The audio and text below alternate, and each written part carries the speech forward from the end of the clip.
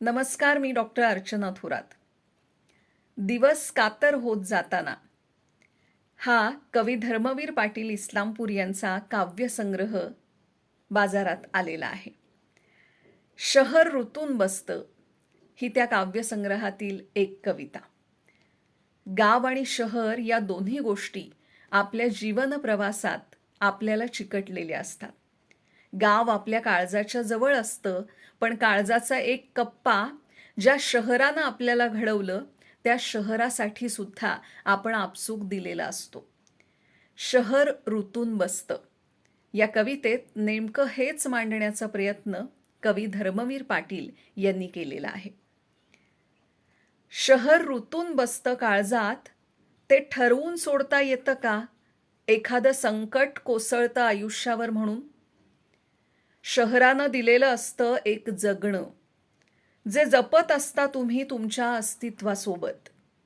या जगण्याने दिलेल्या असतात बऱ्याच गोष्टी, आनंदात सेलिब्रेशन करायच्या आणि दुःखात हलकं व्हायच्याही.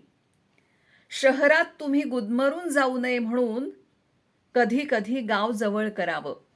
शहरात तुम्ही गुदमरून जाऊ नये म्हणून कधी कधी गाव जवळ करावं.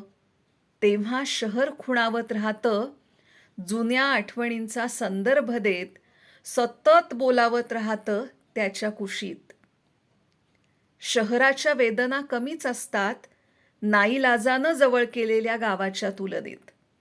शहराच्या वेदना कमीच असतात नाईलाजानं जवळ केलेल्या गावाच्या तुलनेत. गावाने दिलेली ऊब ओसरताना थोडी थोडी गरज वाटू लागते शहराच्या गारव्याची. आणि न कळत दोन्हीच्या सीमारेषेवर मी हळूवार दोघांचाही होऊन जातो अलगदपणे. शहर सुटत नाही सहजासहजी हातून. शहर सुटत नाही सहजासहजी हातून.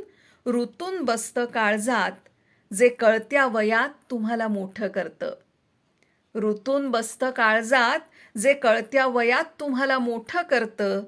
तुमच्या न कळत तुमच्या जगण्याचा भाग बनत जातं.